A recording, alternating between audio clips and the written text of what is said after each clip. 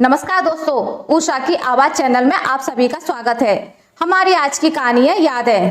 शोभना आज बहुत थक गई है। अब शरीर नहीं चलता है, क्या करे वह। शरीर चलाना पड़ता है। वह चाहती भी नहीं है कि किसी पर बोझ बने और हर जरूरत के लिए किसी पर आश्रित हो जाए। बेटा बहू दिल्ली में है अपनी नौकरी पर। बहुत कहा उन्होंने, अम्मा अब अकेले मत रहो, हमारे साथ चलो, यहाँ कौन देखभाल करेगा।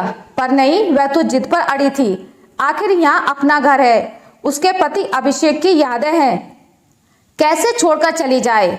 जब से बच्चे गए हैं तब से वह यहाँ अकेली ही है। हम सफर की यादों के साथ जीवन व्यतीत कर रही है। अभी रसोई समेटकर जरा सा सुस्ताने बैठ गई है। घरेलू काम के लिए बहू गीता को रख गई है, फिर भी रसोई बनानी तो पड़ती ही है। पहले ये घर भी कहाँ था। यादें मानस पटल पर चलचित्र की तरह आने लगी थी। अभिषेक सरकारी नौकरी में थे। अपना क्वार्टर मिला हुआ था। केवल 15 साल की थी जब वह दुल्हन बनकर ससुराल में आई थी, जहां सास ससुर जेठ जेठानी उनके बच्चों से भरा पूरा परिवार था। सबने बहुत मान दिया था उसे। सासू माँ बहुत ही सीधी सादी थी और जेठानी जी भी सरल स्वभाव की ही थी। तो कभी ऐसा लगा ही नहीं कि मायका छूट गया है। हर 2 महीने में मायके का आना जाना हो ही जाता। इसी तरह हंसते खेलते जीवन बीत रहा था। अभिषेक भी बीच बीच में आते रहते। अपनी गृहस्थी अपनी मर्जी से जीने की चाह किसे नहीं होती। शोभना को भी लगता कि अपने पति के साथ शहर जाए, लेकिन तब उतना खुलकर बोलने का रिवाज भी नहीं था, तो वह चुप ही रहती। अभिषेक सब समझते थे और कहते कि समय पर सब ठीक हो जाएगा, थोड़ा धीरज रखो। 2 साल के बाद शोभित होने वाला था तो अम्मा जी ने ही सलाह दी कि शोभना को शहर ले जाए, वहां डॉक्टर की सुविधा है, समय पर चेकअप होता रहेगा। मानो शोभना की तो जैसे मन की मुराद पूरी हो गई थी। वह पति के साथ शहर आ गई। बस 2 ही जनों की गृहस्थी थी। बस से उतरी तो कुछ बर्तन और रसोई का सामान खरीदने की जरूरत पड़ी थी। अभिषेक तो मेस में ही खा लेते थे। इस तरह गृहस्थी बस गई। अभिषेक सुबह 8 बजे ही ऑफिस चले जाते। वह भी अपनी दिनचर्या समाप्त करके दिन भर खूब सोती। शाम को जब पति आते तो दोनों मिलकर रसोई बनाते और खाना खाकर बहुत दूर तक टहलते। बहुत मजा आता, न चिंता न परेशानी। निश्चित समय से 2 महीने पहले पूरे परिवार का आगमन हुआ। बच्चे की देखभाल के लिए तो परिवार की जरूरत होती ही है। समय पर शोभित का जन्म हुआ।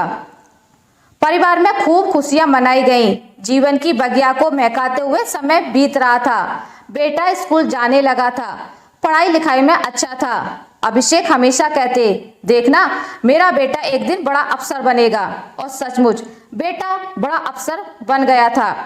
IIT बेंगलुरु से इंजीनियरिंग की परीक्षा में टॉप किया था और उसकी पोस्टिंग एक मल्टीनेशनल कंपनी में दिल्ली में हो गई थी। इधर अभिषेक सोचते, अब सब कुछ तो ठीक चल रहा है, हमें एक छोटा सा घर बना लेना चाहिए। फिर शोभना की सहमति से दौड़ धूप कर जमीन खरीद ली और घर बनवाने की तैयारी होने लगी।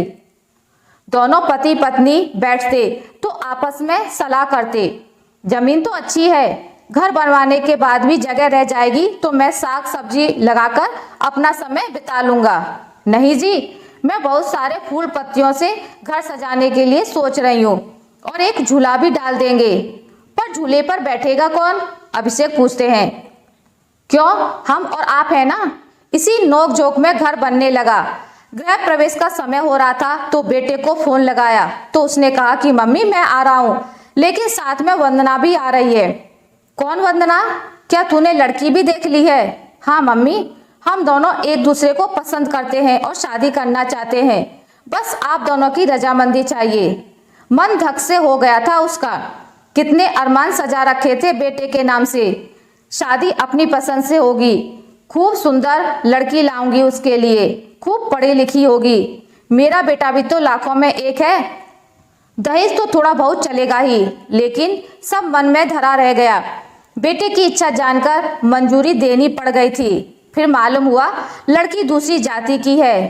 क्या करती वह? मन में कोई उत्साह नहीं था। खैर शादी हो गई। बहू देखने में सुंदर और पढ़ी लिखी थी, साथ में ही जॉब कर रही थी। सोचा जाति की समस्या बहुत बड़ी नहीं होनी चाहिए, बेटे की पसंद उनकी पसंद। हालांकि अभिषेक तो शादी के खिलाफ ही थे। वंदना बहू बनकर घर आ गई। परिवार में थोड़ी कानाफूसी भी हुई, लेकिन शोभना को परवाह नहीं थी। कहते रहे लोगों का क्या है, उनका तो काम ही है कहना। शोभित 1 महीने की छुट्टी पर घर आया था। वंदना भी साथ ही थी। रोज सुबह उठकर बहू चाय बनाकर सबको पिलाती, फिर नहा धोकर पूजा पाठ का इंतजाम कर देती और खुद नाश्ता बनाने की तैयारी में लग जाती। घर भी पहले अस्त व्यस्त रहता था। वंदना सब कुछ व्यवस्थित कर देती। समय पर खाना नाश्ता होने लगा था। शोभना सोने जाती तो बहू बालों में तेल मालिश कर देती। लाइए मम्मी जी, मैं मालिश कर देती हूँ, आपको नींद अच्छी आएगी। शोभना तो ये देखकर हैरान हो गई थी। गजब की फुर्ती है लड़की में, जात परजात क्या करेगा, कितना ख्याल रखती है हमारा। फिर अभिषेक भी सहमति में सिर हिला देते। सही कह रही हो शोभना, बहुत अच्छी और प्यारी लड़की है। 1 महीना बीतने में देरी कहाँ लगी। उनकी छुट्टी खत्म हो गई और जाने की तैयारी होने लगी। शोभना के आंसू रुकने का नाम ही नहीं ले रहे थे। नहीं रह पाएगी वे बच्चों के बिना, पर पति को भी कैसे छोड़ दे। अभिषेक भी अगले महीने रिटायर होने वाले हैं। इस समय साथ रहना भी आवश्यक है। मन में उथल पुथल मच रही थी, पर कोई उपाय भी नहीं था। आधा मन उसका अपने बेटे बहू में लगा रहता, आधा पति के पास। किसी को नहीं छोड़ा जा सकता है। उदास मन से अपने कामकाज में लगी रहती। छोटा सा ही घर था उसका। फूल पौधों के बीच झूला भी लगा था। पहले कितना मन से झूलती रहती थी, अब मन ही नहीं करता। अब किसी काम में उसका मन ही नहीं जमता। ऐसे ही एक दिन बेटे से फोन पर बात कर रही थी कि बाहर शोर सुनाई दिया। बाहर निकलकर आई तो देखा अभिषेक खून से लथपथ हैं। उसकी चीख निकल गई। वह बेहोश होकर गिर पड़ी। पड़ोसियों ने अस्पताल पहुंचाया। होश आया तो मालूम हुआ कि अभिषेक जी की रिटायरमेंट की तैयारी थी। वह ऑफिस जा ही रहे थे कि एक तेज रफ्तार से आते ट्रक की चपेट में आ गए। लोगों ने तुरंत अस्पताल में भर्ती कराया। डॉक्टर ने पूरी जांच की और कहा कि अब वे नहीं रहे। तुरंत उनके शरीर को निजी गाड़ी पर लादकर घर लाया गया। सब कुछ इतना जल्दी ऐसे घट जाएगा कोई नहीं जानता था। खबर मिलते ही बेटा बहू दौड़कर आए। फिर सब कुछ रीति रिवाज से समापन हो गया। सारे नाते रिश्ते अपने घर लौट गए। बेटे को भी लौटना जरूरी था। बहुत जोर दिया कि मम्मी भी साथ चले, लेकिन शोभना जिद पर अड़ी रही। नहीं बेटा, अभी कुछ दिन रहने दो मुझे यहाँ। फिर मन नहीं लगा तो तुम लोग ही तो हो, और किसके पास जाऊंगी। बेटा बहू लौट गए। अब वह यहाँ अकेली है, लेकिन साथ है पति की यादें। उनके साथ बिताया एक एक क्षण। अकेले रहकर भी उसे यहाँ बहुत शांति मिलती है। लेकिन शरीर का क्या, जब से अभिषेक गए हैं वह भीतर से कमजोर हो गई है। हम सफर का साथ छूट जाना बहुत दुखदायी होता है। यह शोभना से अधिक कौन जानता है। थोड़ा सा काम करने पर भी थक जाती है वह। 1 साल होने जा रहा है, अब नहीं रह पाएगी वह अकेली। सोच रही है सब कुछ बेच बाच कर बेटे के पास चली जाएगी। अब क्या मोह करना है घर का, जब बनाने वाले ही नहीं रहे। वह आज भी शोभित को अपना फैसला बता देगी। अब इस उम्र में सहारे की जरूरत तो होती ही है। उसने फोन लगाया। बेटा। हाँ मम्मी बोलिए, आवाज वंदना की थी। बेटा, अब मुझे तुम दोनों के सहारे की जरूरत है, शरीर जवाब दे रहा है। सुबह की फ्लाइट से बेटा बहू हाजिर हो गए। शोभना अपना सामान पैक करने में लग गई। साथ में अभिषेक की तस्वीर को सीने से लगा लिया और रोती रही। हम सफर बन के आए थे, क्यों साथ छोड़ दिया। चलो मम्मी, कैब आ चुकी है, शोभित ने आवाज दी। आज शोभना अपने बच्चों के साथ चली गई। अब वह हंसी खुशी उनके सपनों के साथ जिएगी।